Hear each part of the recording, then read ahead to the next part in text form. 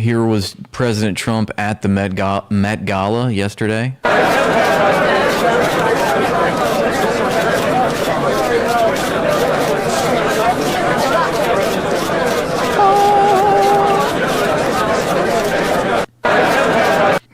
Okay, let's go and take a look at this.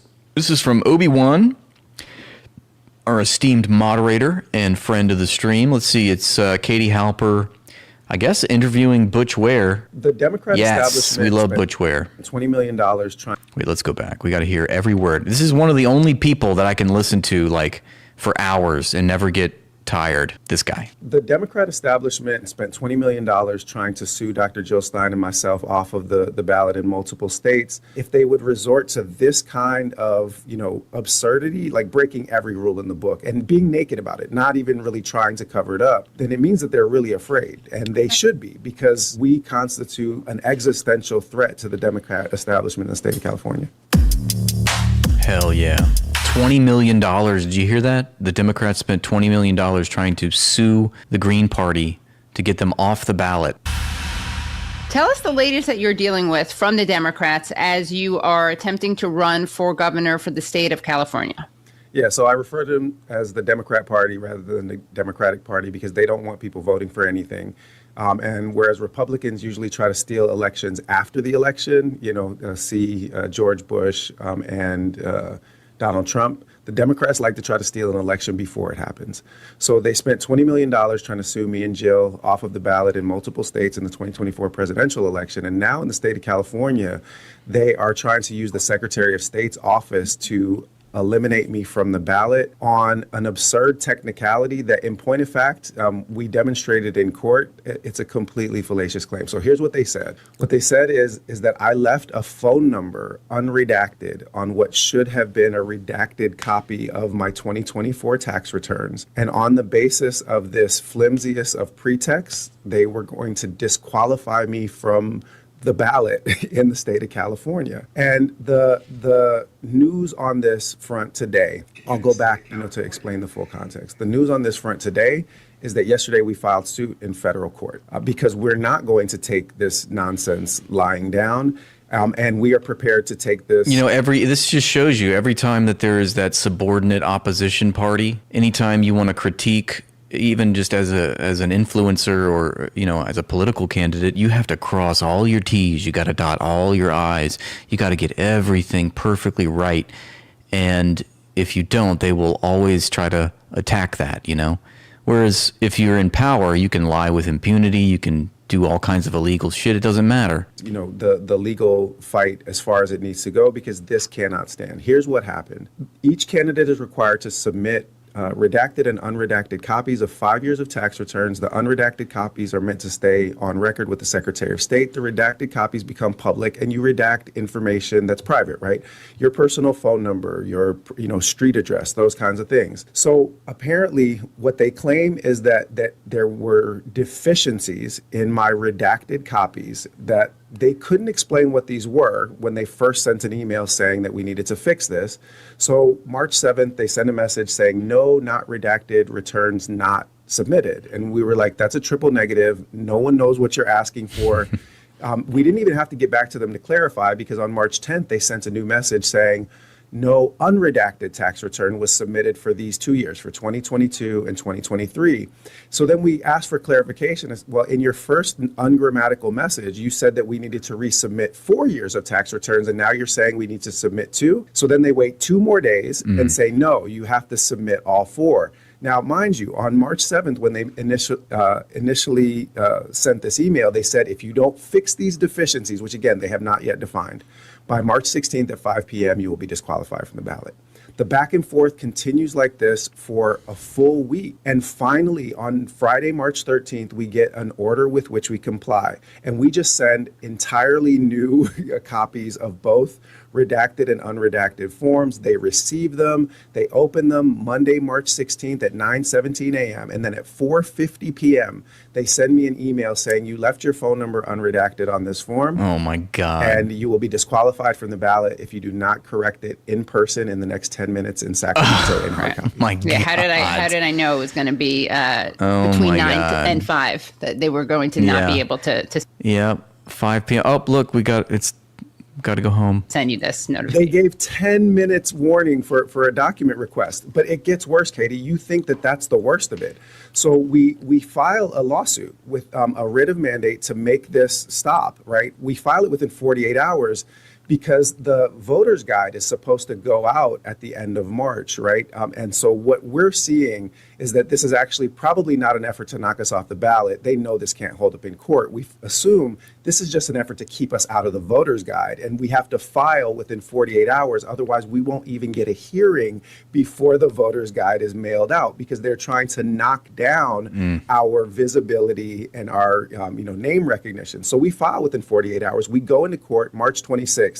And here's where it gets worse. The Secretary of State submitted into evidence all the paperwork that I had filed, right? And our lawyer went through this and was able to demonstrate that they had the correct forms in their possession on time the whole time, that the whole thing was a pretext. And the judge admitted this. It went into the record. He said, so you had correct versions the whole time? And they said, yes, but it's not our job to collate them for the candidate.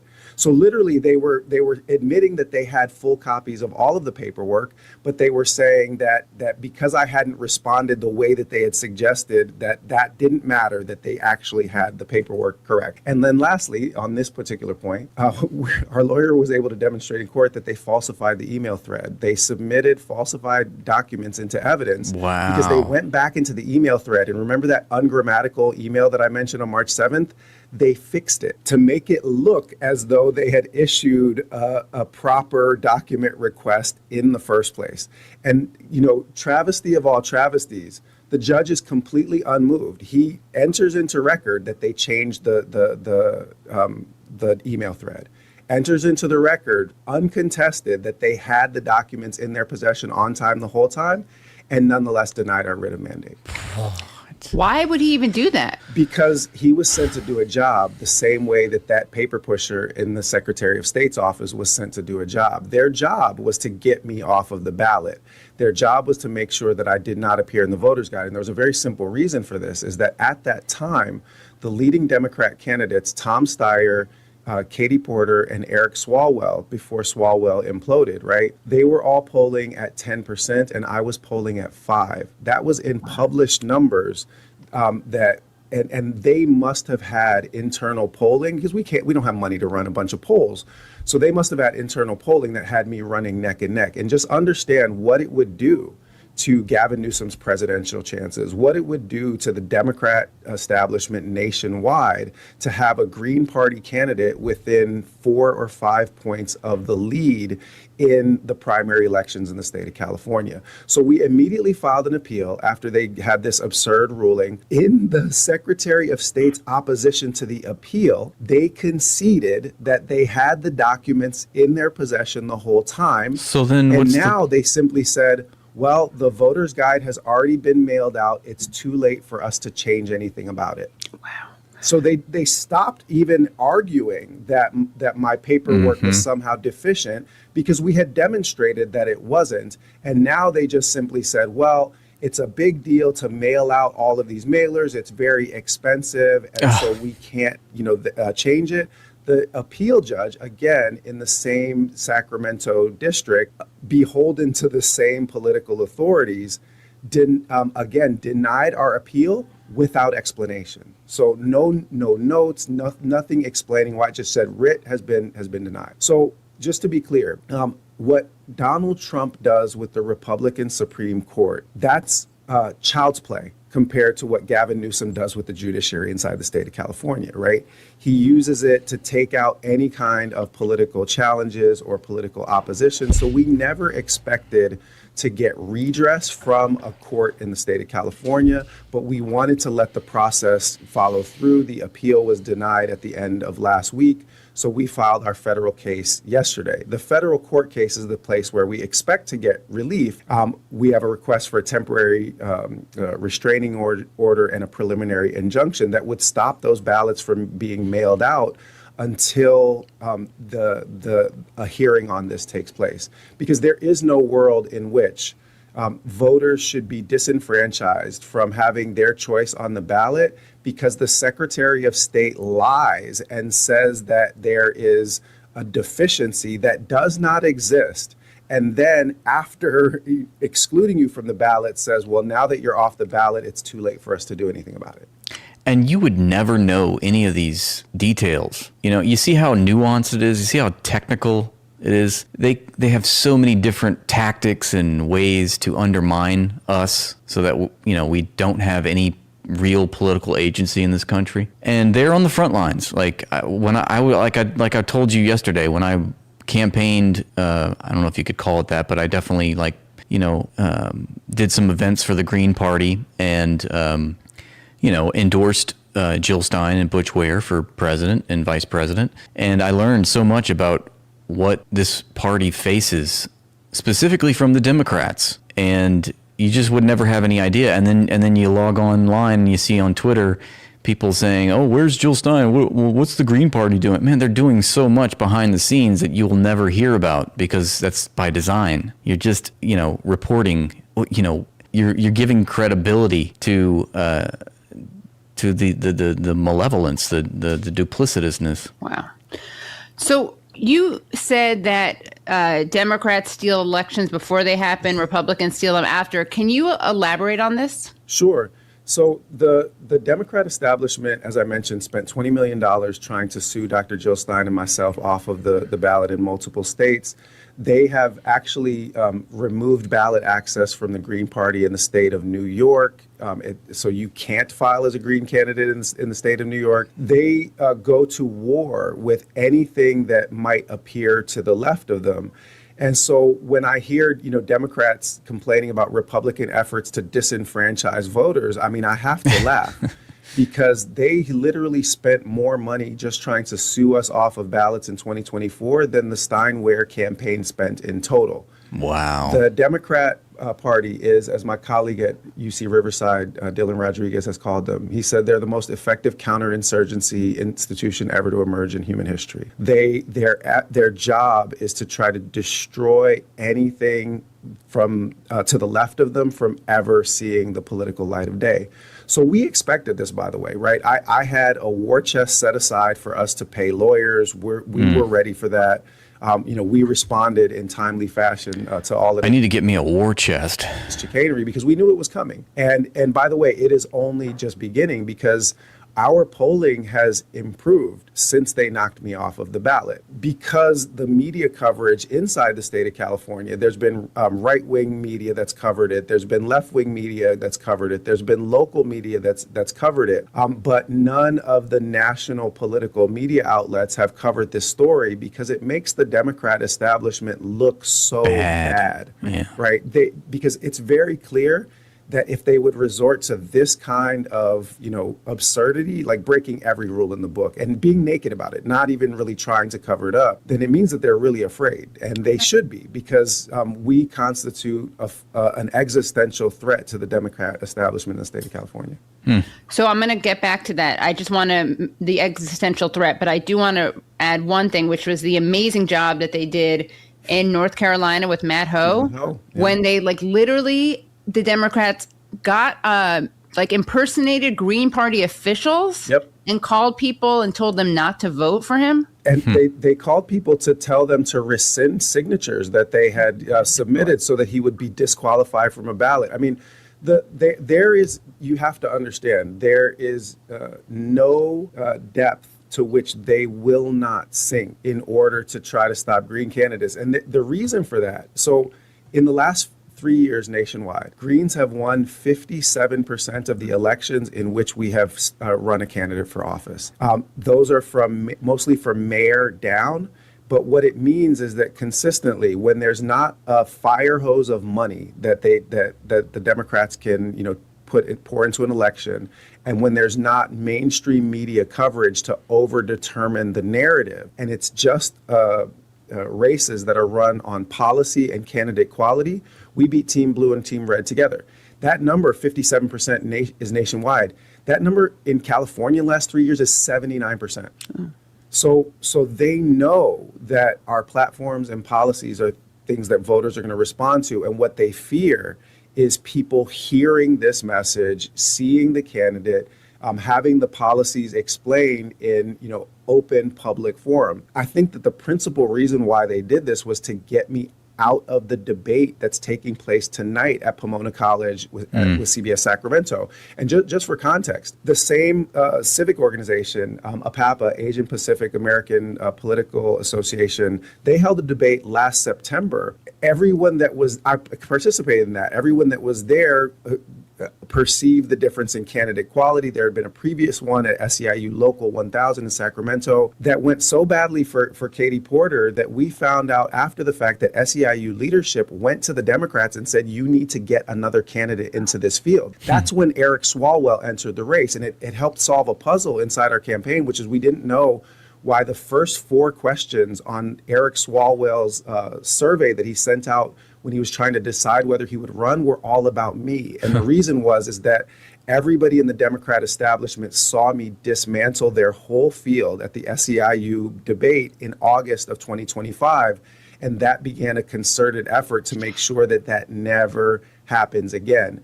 And because I was polling ahead of multiple Democrat candidates, they were going to have to include me in that debate. That debate is going to happen tonight with Matt Mahan taking part, Tony Thurmond taking part, Antonio Villaraigosa taking part. And you're shaking your head because no one's ever heard of any of those people. They are all polling at 1% or 2%. There is no poll in which I am not either even with those candidates or ahead of them. So they would have had to let me debate in a live stream debate that was up and down the state of California, and they already know what happens when I debate these corporate clowns. So this has all been an effort to just try to make a threat disappear from public view. You see why we listen to Butch Ware. It's a lot of information there. I hope that was informative for you as it was for me, and it just reminds me, we don't pick political candidates in America. We ratify candidates that are handpicked and vetted by the business class, the Epstein class. And there you see, like in a sort of a minute detail of one of the many tactics that they do to undermine real working class voices and parties. Thank you for that clip, Obi-Wan. That was great. I think you guys need to stop sending me this shit about religion and give us, religious history links. We're so past that, aren't we? Here's Katie Porter, which is who Butch Ware was just talking about. She was the original Democratic challenger. She was awful. In fact, look, in this video, this is an old video, but she yells at one of her staff members. To air pollution and other problems, and the state could lose. Get out of my shot. Katie Porter's campaign for California governor is going viral. It's even worse than I remembered. Get out of my fucking shot. It's like her Bill O'Reilly moment. Probably not the way she would have hoped. This video shows her lashing out at a former staffer. NBC4's Hetty Chang is she'd make a great governor. Live in Irvine with how this may impact the Democratic frontrunner. Hetty. Yeah, Annabelle, we're really getting a stays in shot. wide range of reaction to those videos. Some say that they were really bothered by what they saw. Others say it wouldn't impact their vote. But one thing is certain, people are talking. Yeah, the mask slipped. Katie Porter, considered the frontrunner in California's gubernatorial race, is going viral this week after this video exchange obtained by Politico This is probably what ended her campaign right here. Wednesday captures her reprimanding a She just looks like I was going to say nasty woman, but then that's what Donald Trump says, and I don't want to say that. Staffer for getting in. She looks like a Zionist. To her interview shot. The video shows an online conversation. You can see the cynicism from 2020 about life, and it's like George Carlin says, when you look at people and you look them in the eyes, you can see the whole universe. And when I look into her eyes, I can see the cynicism. I can see the hatred and the contempt she has for everyone that isn't her. Get out of my shot. The video surfaced a day after this viral video where the former congresswoman for California's 47th district. Yeah, this is another clip. She's horrible in this. I think she even leaves the interview. Threatens to walk out of an interview with the CBS Sacramento investigative reporter. I don't want to keep doing this. I'm going to call it. A Porter campaign spokesperson noted the interview did continue for another 20 minutes after this exchange. Rude. Hector didn't want to give his last name. This is your first impression of her? Yeah, never heard of her. And what is your impression of her? I mean, if that's how she handles her stress and that's how she handles people. Yeah, how's she going to handle governing a state? I mean, how can we expect what we expect from her? I probably wouldn't vote for her. Yeah, personally, she's a toxic individual, but she'll make a great governor. Honestly, just that interaction. Political experts say first impressions do matter. None of the candidates for governor right now are particularly well known in California. And in fact, you could argue that this is the most wide open governor's race in California. You could kind of parse that out with what you just heard from Butch Ware, how he just said, all the candidates at this point, nobody's ever really heard of. That's to make sure that there's no real challenge to the Democrats. In half a century. But if the first thing that voters learn about you is something that's unflattering in this nature, that's more likely to stick than if it's one of many things that they know about you. Two other voters who are familiar with Katie Porter echo that very point. To me, that's just a small snippet of anybody, I think. If I were voting for her, that wouldn't alter it. Oh, I'm not going to vote for her because of those two clips. You know what I mean? Because if I followed her and I like her policies and I like everything and I see those two clips and I still like her policy, I'm still going to vote for her. I would not necessarily know who. Nice. That was the same college that Butch Ware was a debate, or he gave a debate, and apparently I didn't see it. I should have watched it, but apparently he did really well. I'm voting for tomorrow, but this would not dissuade me at all. We received this statement from Katie Porter saying it's no secret I hold myself and my staff to a high standard, and that was especially true as a member of Congress. I have sought to be more intentional in showing gratitude to my staff for their She's investigated herself and she is working on her character. important work. We're live in Irvine, Hetty Chan. All right, let's keep going. Hey y'all, it's Chrissy Burke here. I am running for the U.S. House of Representatives in Tennessee's 1st District. And I'm so excited about this campaign because we launched a week ago and we have already raised over $23,000 in a grassroots, progressive, people-powered campaign that is not taking corporate dollars, not taking AIPAC money, and is running on abolishing ICE, impeaching Trump, and expanding healthcare access to all people. I feel as though my values and my vision for America are really just common sense human values, something we should all be able to agree on. But unfortunately, we are living in a world of partisan politics where certain policies are attached to a certain political party. And so people automatically don't want to hear it. They automatically reject our ideas and our visions because they're not on our side. And I don't really blame people for this because we are living in a crazy world of chaotic information, and algorithms have been weaponized against us. And our government has worked to make sure we are as uneducated, uninformed, confused, overworked, and apathetic as possible because that's how they get away with what they want to get away with. But I believe that if more people were active and engaged, if more people were having productive... Okay, she has a nose ring, but what is she saying? ...conversations about our government and our future, and if more people were voting, then we would easily be able to move forward with more progressive policies like funding education and giving... Oh, yeah, voting in the corporate duopoly. Okay, hard pass. ...everyone healthcare and making sure that the tax burden is not all falling on working people so that corporations and billionaires can profit. The answer to dismantling the Leopards Eating Faces party is to start voting in Leopards Eating Faces with a Purpose party. End of story. Hey, Peter, how's it going? Good, man. How you doing? Good to see you. So we're seeing unbelievable leaps in our society in terms of energy, transport, food, materials, information transfer as well. We're kind of witnessing a planetary phase shift out of industrial age systemic structure. But despite the fact that we live in a post-scarcity world, a lot of this is being, chained down, kneecapped by our economic systems. Can you talk about that for a minute? Well, as I've always said, efficiency, conservation, these are enemies of market capitalism. So the more Efficiency, a conservation, a capitalist craves not these things. efficient we become, the more we move towards things we could call post-scarcity, the more the system gyrates to manufacture new problems to keep money moving, right? I think it was John Maynard Keynes in the 1930s who appropriately predicted, in fact, even though people can disagree with some of his logic, he said, you know what, by the time of, around now, people probably will only work like 5 hours a week because we will have transitioned the system of appreciating a post-scarcity lifestyle where people don't need to all live in mansions. There will naive optimist John Maynard Keynes. be a basic sense of egalitarianism, a basic consideration of others, a basic consideration for the planet, and then everyone will have a balanced life using technology efficiently. This is after the Industrial Revolution, where a lot of people were theorizing this kind of thing. But no, people like Edward Bernays came into the corporate structure, commercial advertising. Everybody knows who Edward Bernays is, the father of modern propaganda.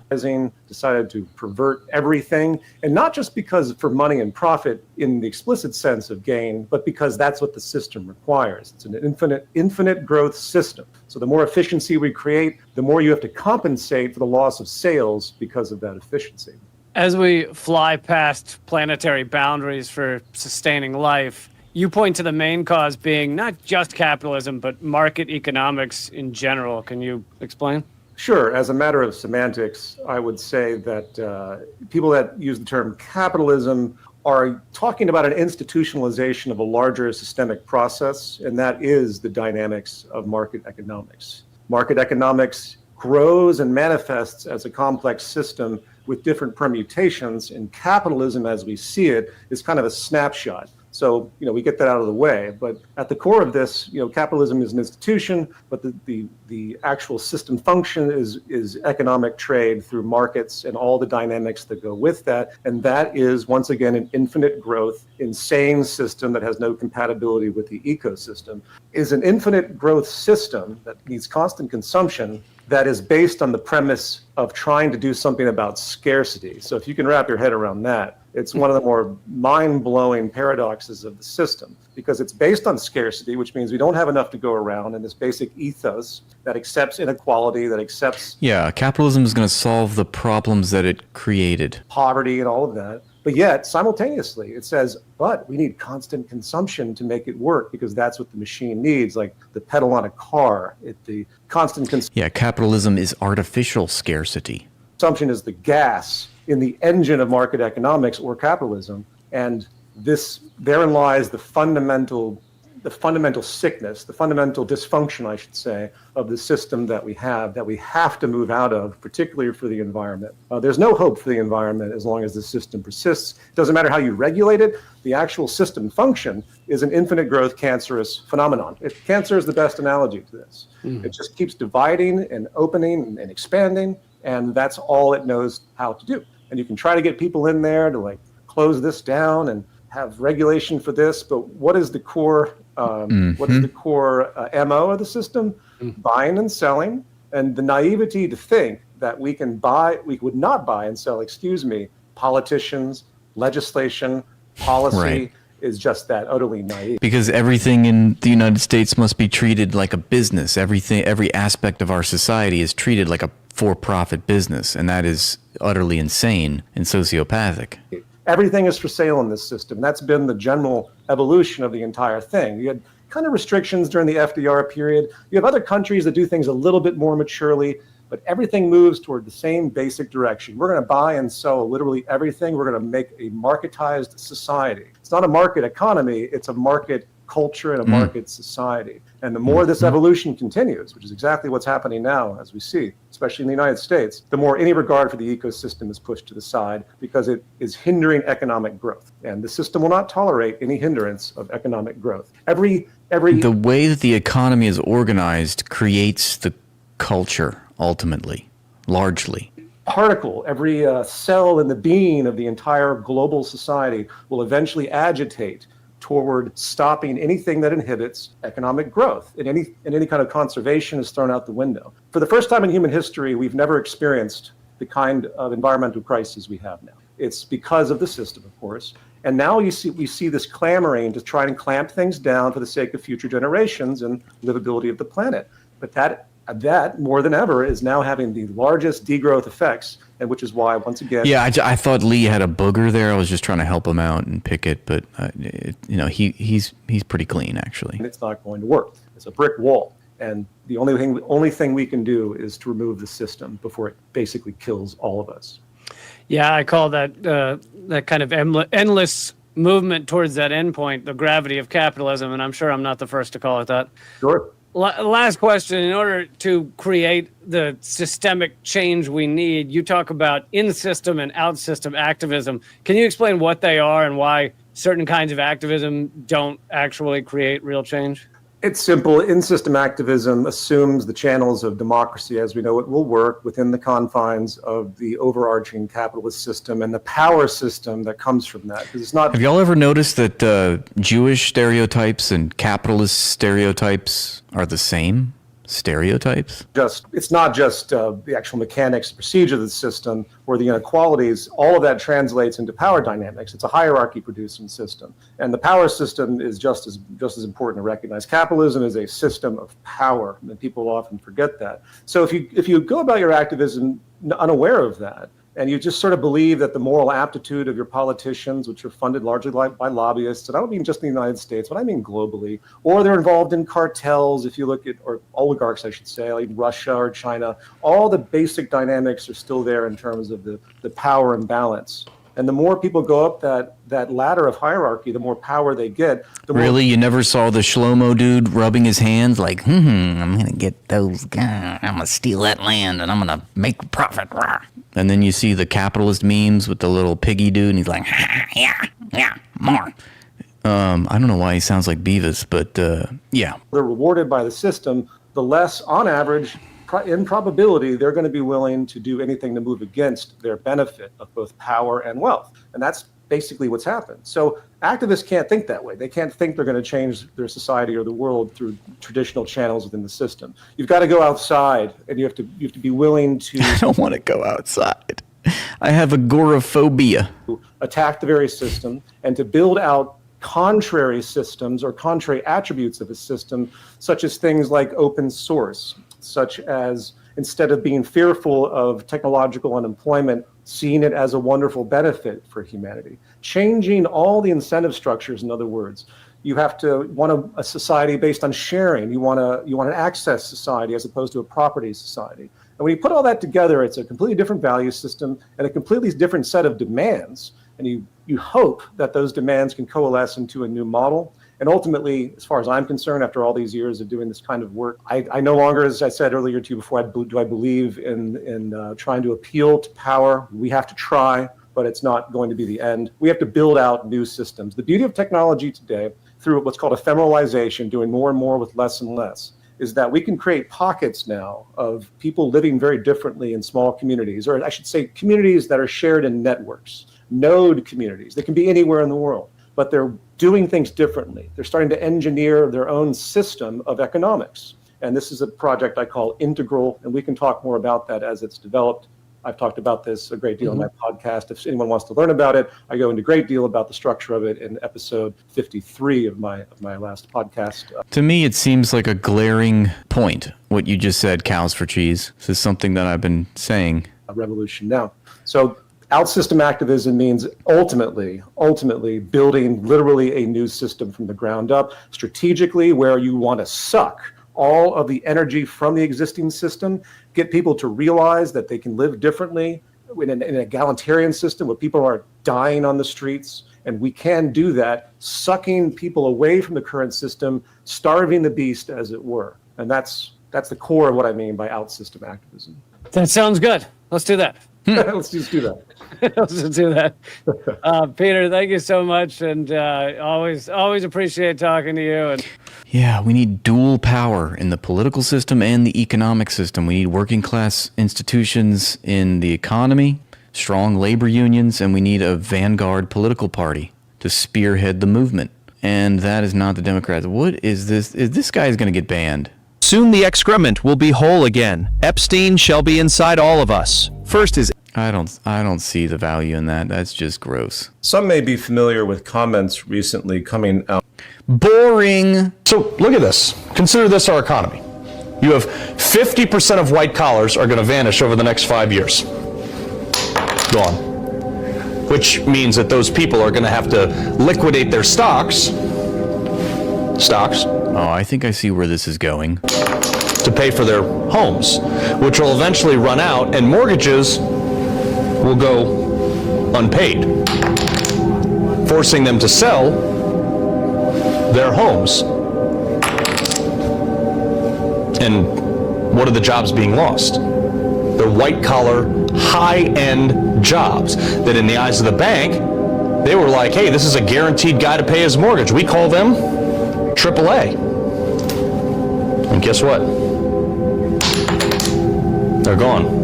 Those AAAs are supposed to be secure investments for pensions and fixed income and low-risk, solid returns. And every time you take out one of these blocks, it becomes a liability and adding to the top of the tower. Wow. Okay, Jess, it better be good. Turn the lights on me, only on me. Stop looking at the world burning. Look at my hair, look at my tie. I am the best thing that happened to the sky.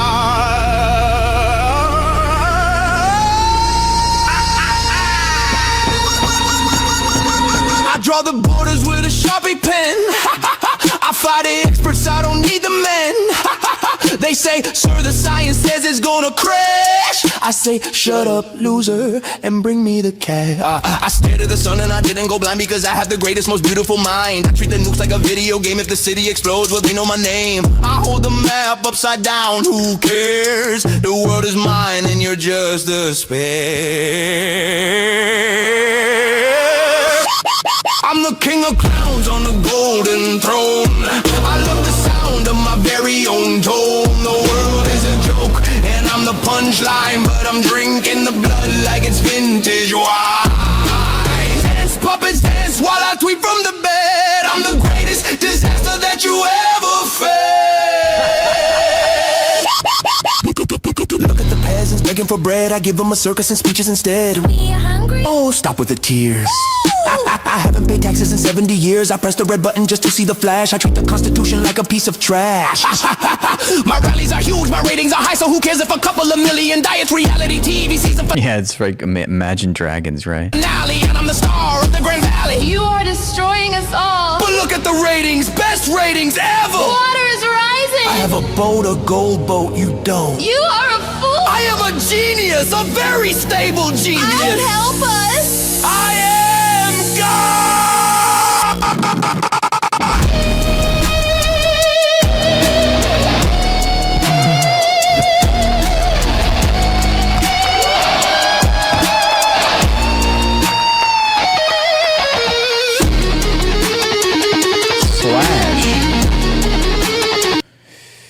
We saw that clip of Jeffrey Sachs. Let's see. Palestinian Arabs native to the Levant. The Levant is an eastern Mediterranean region, and the south of the Levant is what the Palestinians call their homeland. Okay, but could you talk a little bit softer, please? I'd like to hear the grass grow. Today.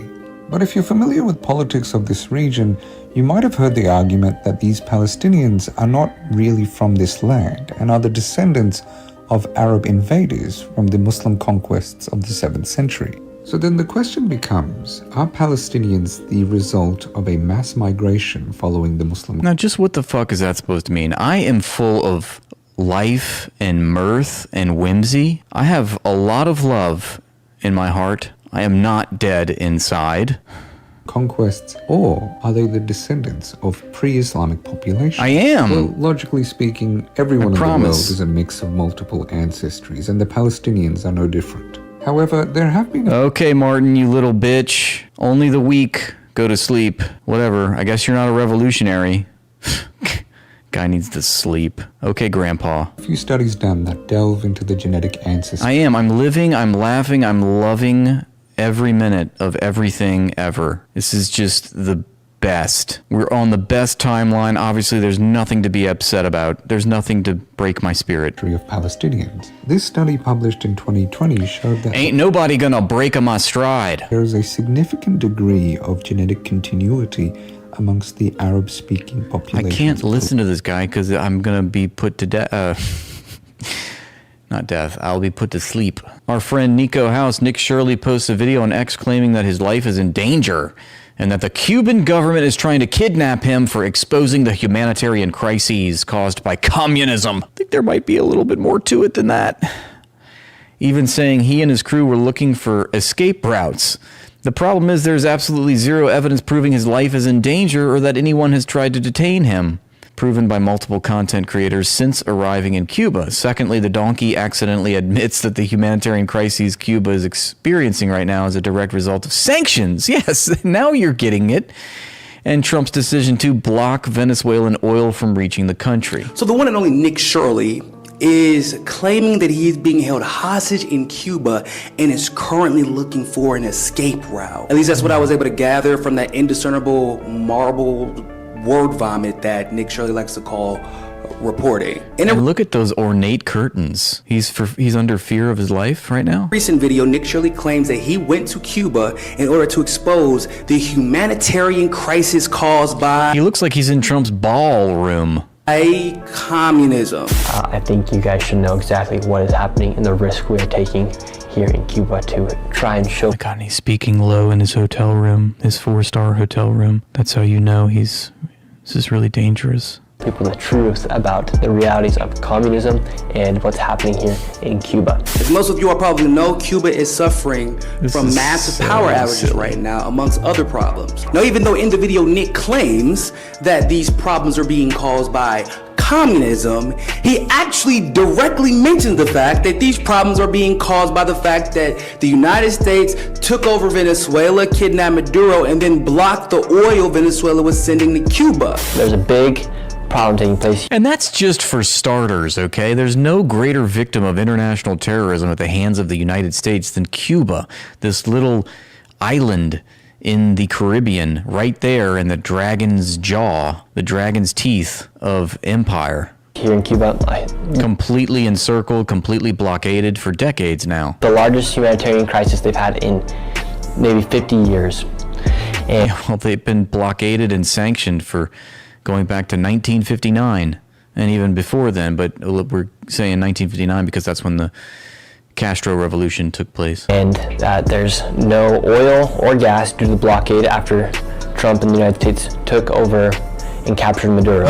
So Venezuela is no longer supporting... Oh my God, he admitted! Cuba with any oil or gas, and that also affects everything that they have essentially, between whether it be the food or from it being this is just idiotic. You know, I expected more from you, Scotty Gesso, okay? You have to understand something, okay? It's not about what my personal feelings towards a religious figure is. The entire brunt of my political analysis has to do with the fact that I don't believe religious groups should be able to lobby the government for political power, okay? Doesn't mean I don't respect Jesus. I actually think Jesus was an enlightened human being, and he was a communist. That's what's funny. Jesus preached about common ownership. He was, bathing the feet of the poor. He was an enemy of the state, and he was executed for being too radical. But again, we're talking in the context of the state of Israel, the fake state of Israel, a Jewish ethno-state, preaching religious supremacy and enacting material policies based on that religious supremacy, or at least justified by that religious supremacy. And this is what we're reacting to. And I'm making a point that religious groups should not achieve political power. That's it. And the power shortages here. So yeah, to make a long story short, Cuba doesn't have a communism problem. It has a U.S. imperialism problem, as usual. Now, Nick says that once he got to the airport in Cuba, they took everything. They took everything except for his iPhone and one small microphone. So I go out at the airport, they seize all of my cameras. They seize both my GoPros, my Meta glasses. These are not my Meta glasses. All my microphones. However, the only thing they don't take is my iPhone camera. That's what I'm filming this on right now. They don't take my iPhone camera, and somehow they didn't get this microphone that was in the very, very bottom of my backpack. And he said he has been being tailed ever since, and that he is currently trapped in his hotel looking for an escape route. And right now there's 3 essentially Cuban spies down in the bottom of our hotel right now. Oh my God, they're probably just like the doorman. One is operating the door. The other 2 are behind this counter and they're checking in guests. It's like... And we have to figure out how we're going to escape. We're trying to get a hold of the embassy right now and see if we can stay there overnight and then buy our... Nick, I got a great idea. Why don't you just chuck yourself out the window? Then buy our airplane ticket the last minute so that doesn't pull off any red flags to the Cuban government before we arrive to the airport. Thank you, Phoenix. I will not dance at your funeral, but I'll be very saddened. Let's be honest, I probably won't be here. I'm gonna go first. The funny thing is, this was clearly an attempt by Nick Shirley to provide a counter-narrative for the United States government because there are currently activists there. This dude is why re-education camps were invented. Exactly.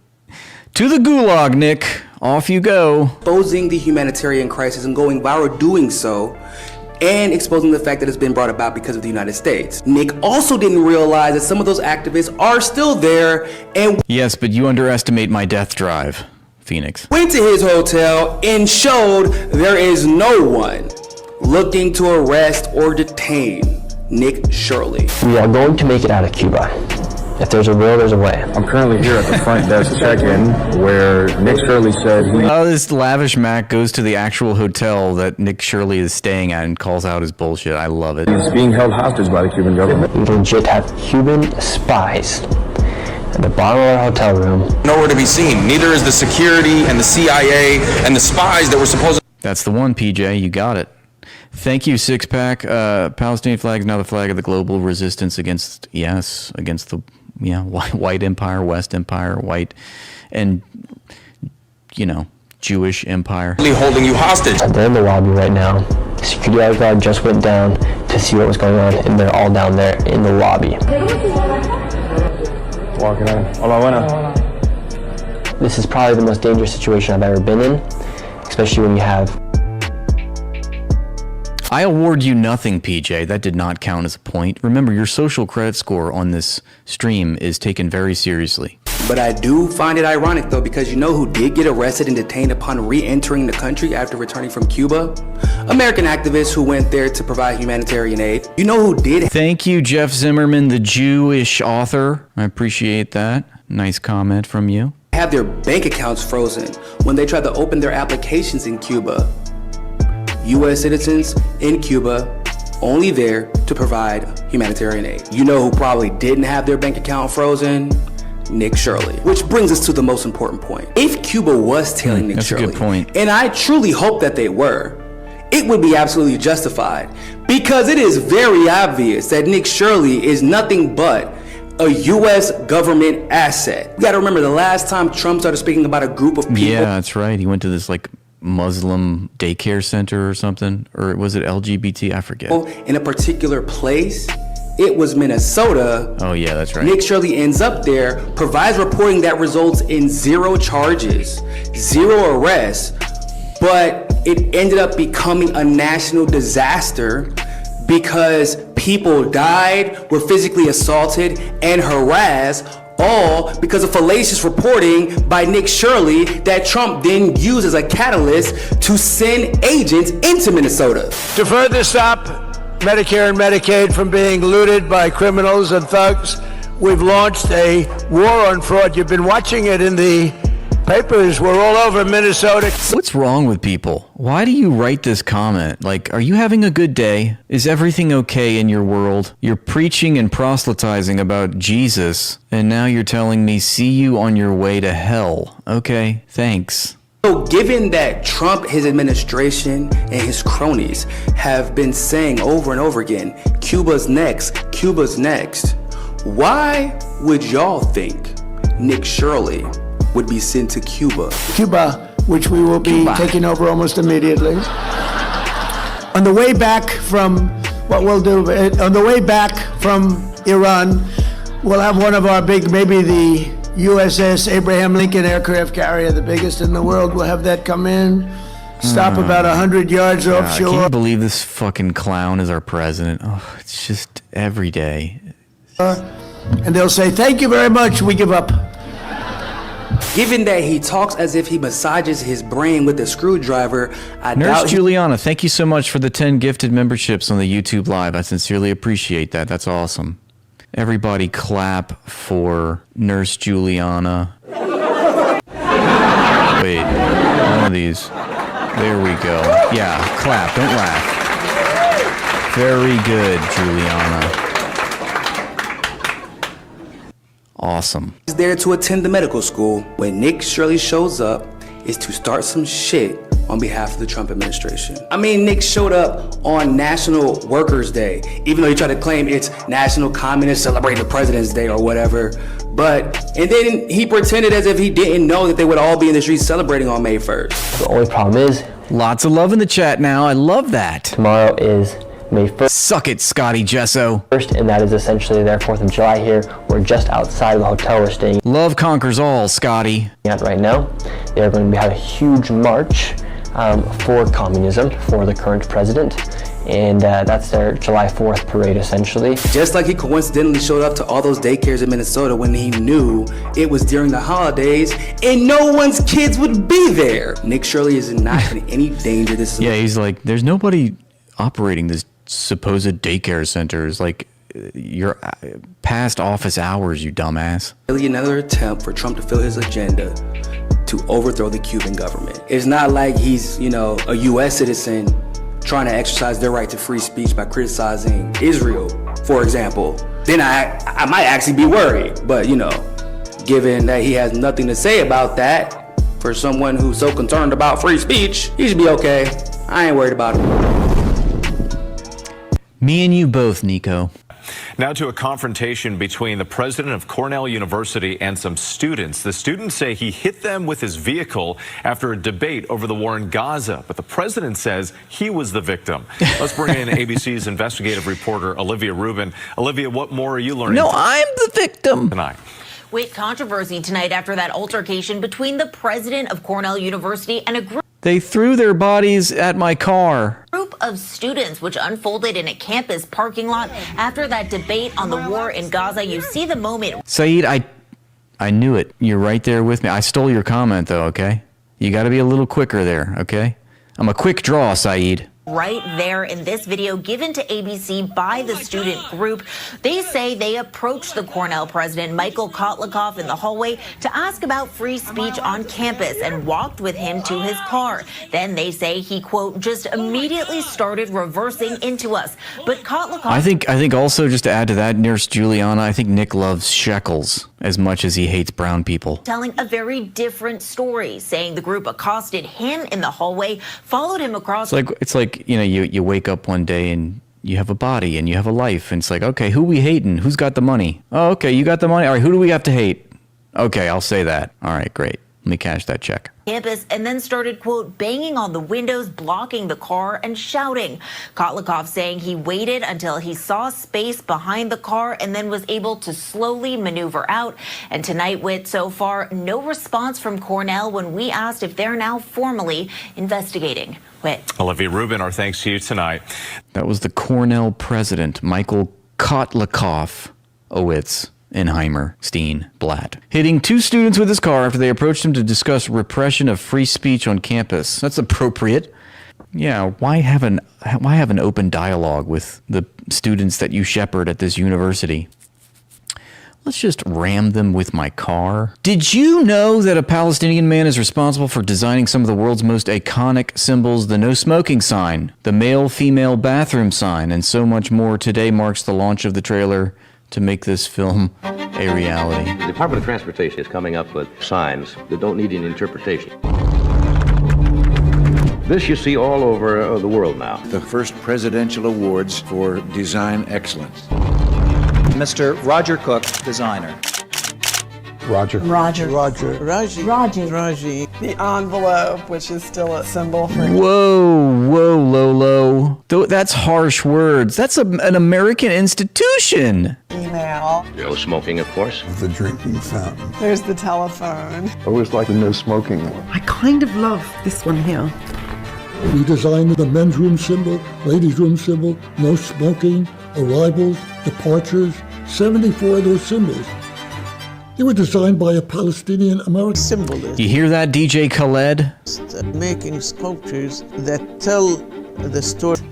Skyrocketed in the last 10 months. People ask me, what would your father think that's going on now? And people are starting to get it now. People are talking about it. And just for us to even gain awareness of it, just for us to start even talking about it, myself included, think about how many Palestinians had to pay for that in blood just to get the attention of the world. It's like the head of the Hamas Politburo at one point after Operation Cast Lead in 2009, Khalid Mashal said, "Our little homemade rockets are our cries of protest to the world."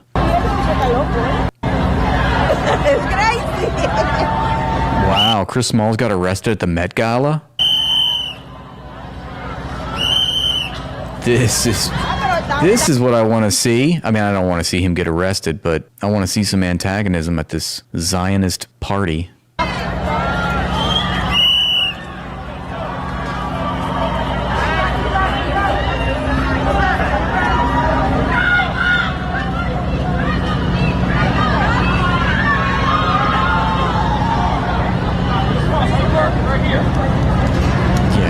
Establish the perimeter. Everybody stop. Stop filming. Damn, I wonder what that's about. I want to hear from Chris Smalls now.